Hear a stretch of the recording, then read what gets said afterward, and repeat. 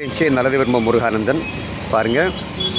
சென்னையிலேருந்து நான் கிளம்பியாச்சு. 3 நாள் பயணம் சென்னைக்கு. முழுவதும் சென்னையில் வண்டியில் நல்லா டூ வீலர்லேயே சுற்றி இப்போது சென்னை பற்றின ஒரு தெளிவான ஒரு அபிப்பிராயத்தோடு கிளம்பி போயிட்டுருக்கேன். என்ன விஷயம் கேட்டிங்கன்னா, இந்த காலையில் 6:50க்கே இவ்வளவு கூட்டம், இவ்வளவு நெரிசல்கள், எதை தேடி இந்த மக்கள் ஓடுறாங்கன்னு எனக்கு ஒன்றும் புரியவே மாட்டேங்குது. வாழ்க்கையை தேடி இவ்வளோ கஷ்டப்பட்டு வெறும் வாழ்க்கையில் பொருளுக்காக மட்டுமே ஓட வேண்டிய ஒரு காலகட்டத்துக்கு ஏன் இவங்க போனாங்கன்னு எனக்கு புரியவே மாட்டேங்குது. ரொம்ப வேதனையாகவும் இருக்குது.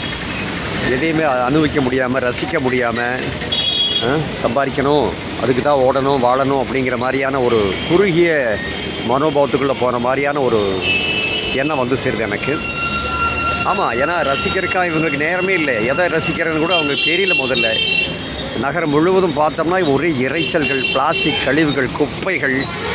ஐயோ அப்பா, ரொம்ப கொடூரமாக இருக்குது பாருங்கள். இந்த பெரிய வயசான பெரிய உட்காந்து எதையோ தொலைச்சிட்டு தேடுறாரு பாருங்கள். அது மாதிரி இந்த சென்னை எதை தேடுகிறது என்று எனக்கு புரியவே இல்லை. எதைங்க சென்னைகளுக்கு இங்கே தேடுறீங்க?